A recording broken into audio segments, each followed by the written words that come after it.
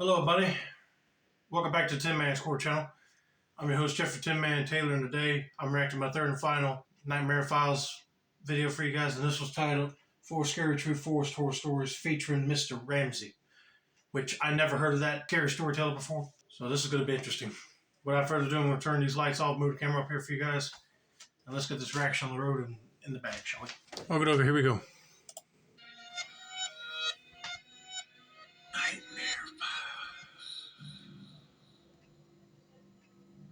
Some friends and I were doing some night fishing on the James River. Right. We were sitting along the shoreline with a nice fire going, accompanied by usual idle talk and a few beers. When suddenly, everyone just stopped talking like a switch was flipped off. We were all staring across the river and felt as if something or someone was staring back. You know, first off, I never fished during the night and near a river. I always fished when it was still daylight and at a pond. But if I was fishing at night and thought I heard somebody, then I would have been like, okay, I'm not fishing here no more. But anyway, let's continue with the story and see what happens next.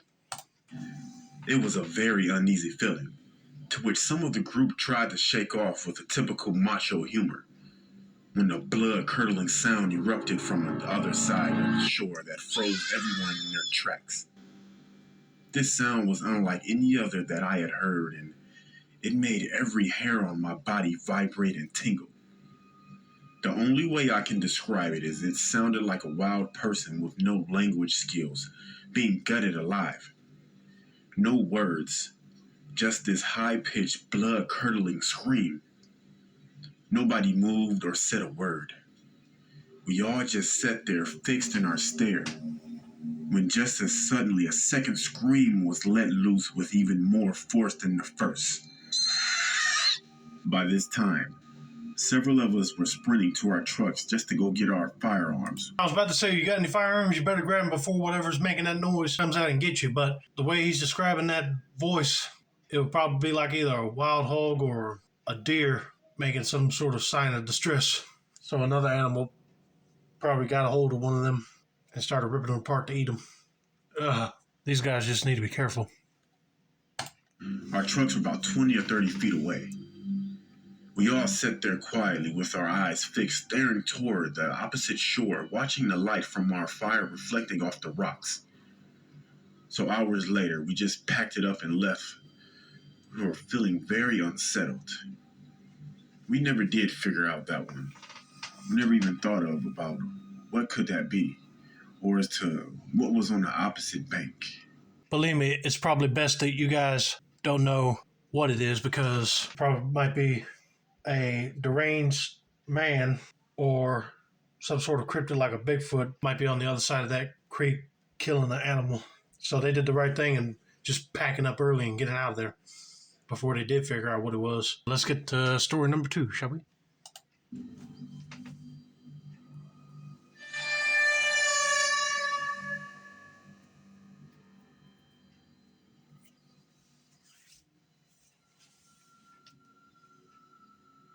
It was early in the morning, around 2 or 3 a.m., and I was in a very open area waiting for my boss to return with some equipment.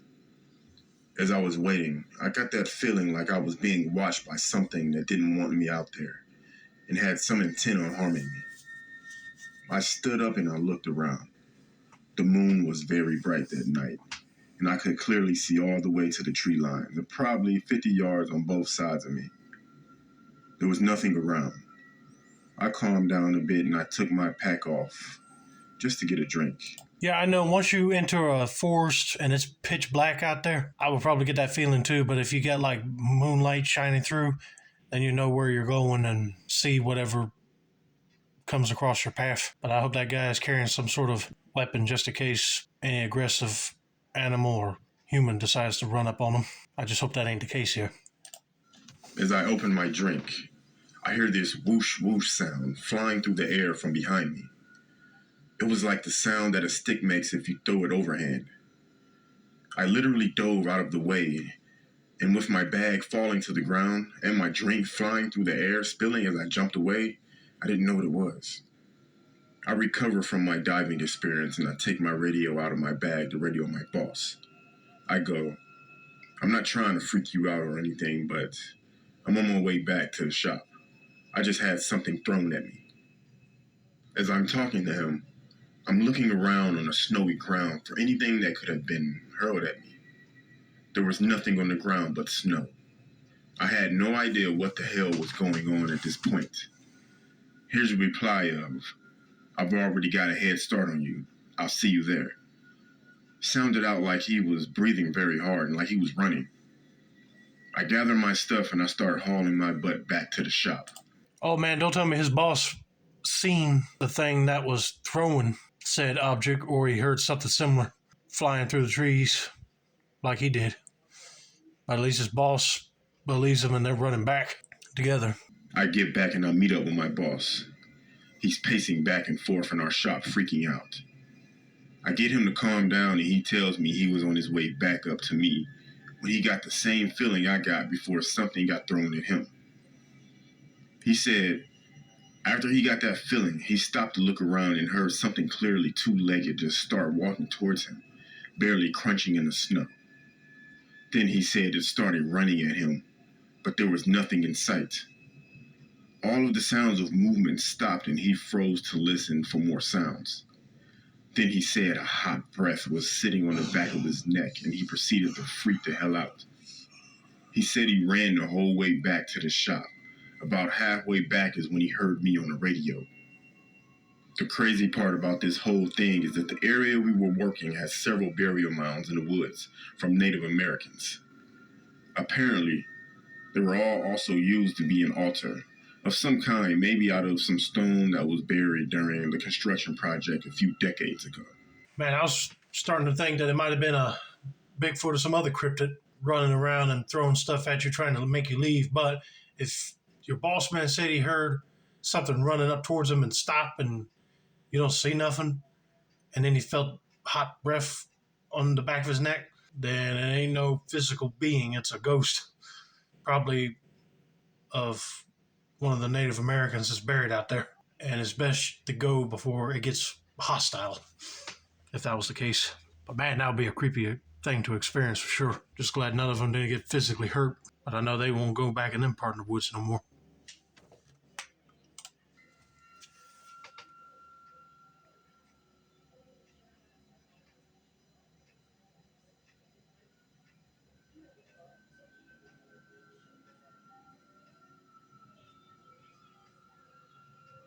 Good evening.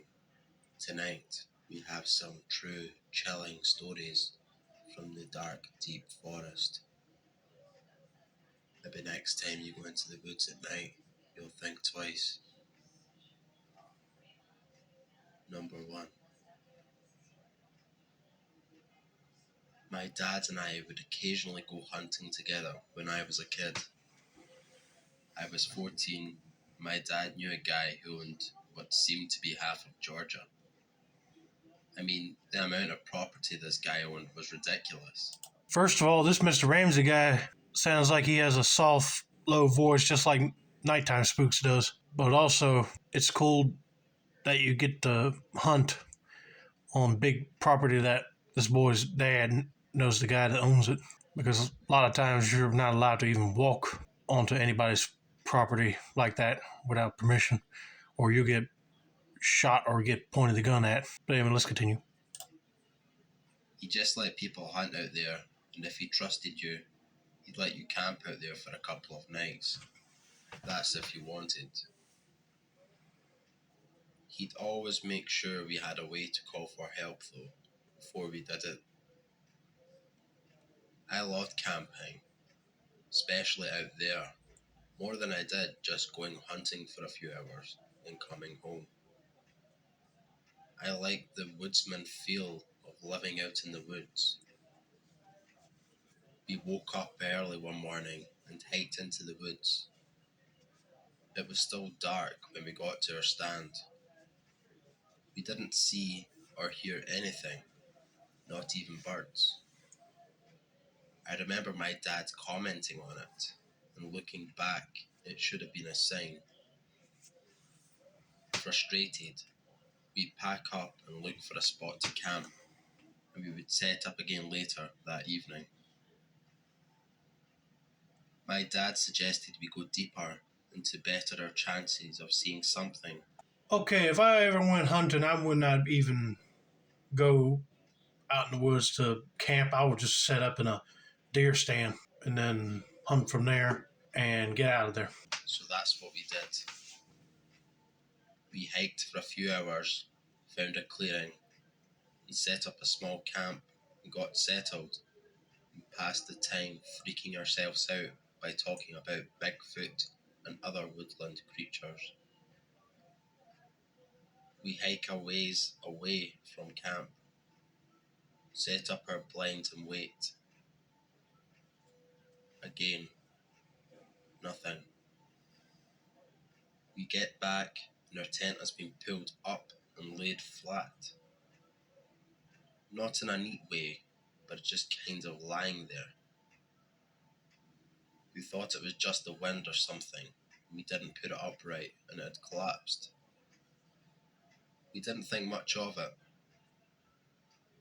Since we didn't see or even hear anything all day, we decided to leave the following day and try again later that week. We settled in for the night and built a really small fire and just relaxed. Again, not even birds are making a sound. I remember thinking how odd it was to be this deep into the woods and only hear one or two birds the whole trip.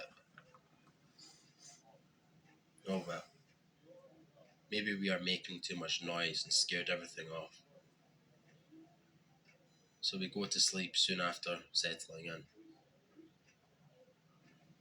It's pitch black, middle of the night.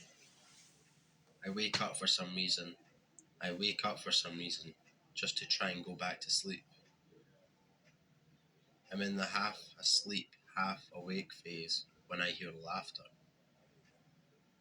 I kind of jolt awake, but don't hear it anymore, so I figured it was a dream. I lay back down, and a few minutes later, I hear it again. It continues and gets pretty loud. I wake up again, but this time my dad is up too. And he whispers and asks, "Did you hear that?" And this is when my heart dropped. He heard the laughing too. Okay, at that point, if you have a weapon, I'll be going out there and be like, look, whoever's out here laughing, I got a firearm here, and if you don't leave right now, I'm firing it off right now because I'll be kind of annoyed. It wasn't a dream. We heard it again, but it was faint. And now that I'm actually awake, I am paying attention to it. It sounded kind of like several people laughing in unison.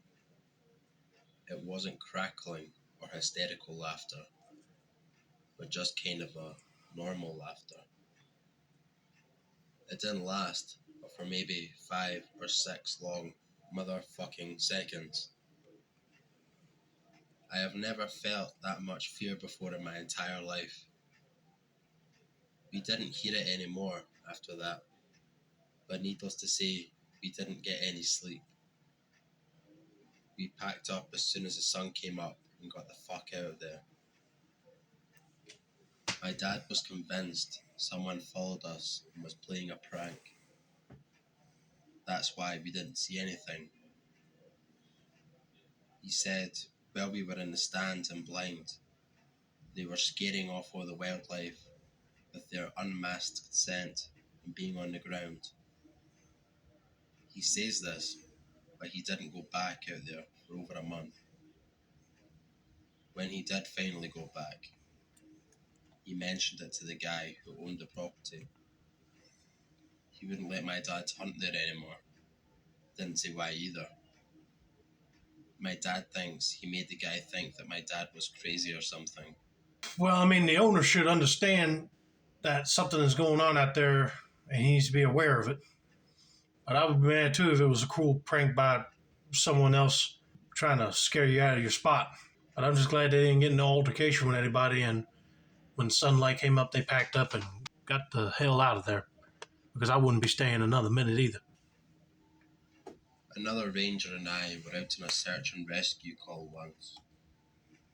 The missing person was a man in his 20s. He had gone hiking and had not returned the day that he intended to. When we got the call, it was night time, but we hiked in a few miles and set up camp on a ridge that had a pretty good view. He had gone into the woods prepared, so we decided to wait until daylight before beginning the search. About 2 a.m, I get up and I'm taking a piss when I see a moving light at the base of the cliffs across the valley and a few miles away. Looks like a flashlight beam. I tell the other ranger and we make the decision to keep waiting for daylight. The next morning, we decide to go check out the area and bring this guy home. We get to approximately where I saw the light the night before, start calling his name. Soon, we find his body at the base of the cliff. He had fallen 60 feet on his head. The body was badly mangled, so we radio back that this has now become a recovery instead of a rescue. At this point, the other ranger yells to me to come look at this. Lying 20 feet from the man's body was his mag light. It seemed odd, but I thought nothing of it until the other ranger reminded me of the light the night before. It kind of gave me the creeps, but I still dismissed it. Before too long, the coroner arrived and inspected the body. After he took the body back to the lab, he said that the man had been dead for at least 48 hours before we found the body. All of a sudden, the "oh shit" alarm went off in my brain. I knew that it couldn't be possible. I had the coroner review his work. Same result. I tried to find an explanation for the light I'd seen. Perhaps other hikers. But one search and rescue guy had stayed at the only trailhead in the area all night. No one had come or gone. To this day, I have no clue what I saw that night. I don't know how else to explain it to you as well. But my guess, something in that woods scared that hiker and made him fall and twist his neck and killed him. But I know that would be a gruesome thing to see while trying to locate somebody. But anyway, I hope you guys enjoyed this video. Don't forget to like, subscribe, turn on post notifications for more Nightmare Files content like this. This has been another successful installment of the Tin Man Score channel.